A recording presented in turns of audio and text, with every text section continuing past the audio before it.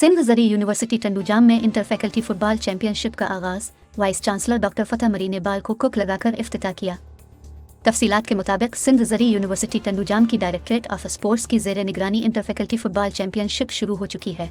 Football champion का पहला इफ्तिताही match कराब प्रोडक्शन फैकल्टी की CPD इकबाल और कराब प्रोटेक्शन CPT रहीमदाद कराब की टीमों के माबैन खेला गया, जो कि CPD इकबाल की टीम ने 3 गोल से जीत लिया। इस टीम के कप्तान इकबाल बलोच ने 2 गोल किए। चैंपियनशिप का दूसरा मैच कराब प्रोडक्शन की CPD अहमद रजा और इंफॉर्मेशन टेक्नोलॉजी सेंटर की ITC सादराओं की टीमों के दरमियान खेला गया। इसके मुकाबले में कराब प्रोडक्शन CPD अहमद रजा ने 2 गोल से कामयाबी हासिल कर ली। इससे कबल इंटर फैकल्टी फुटबॉल चैंपियनशिप का इफ्तिताह सिंध ज़री यूनिवर्सिटी के वाइस चांसलर डॉक्टर फतेह मरी ने बाल को कुक लगाकर किया। चैंपियनशिप की इफ्तिताही तकरीब के दौरान खिलाड़ियों से खिताब करते हुए वाइस चांसलर डॉक्टर फतेह मरी का कहना था कि मुआशरे की सेहत खेल से हम आहंग है।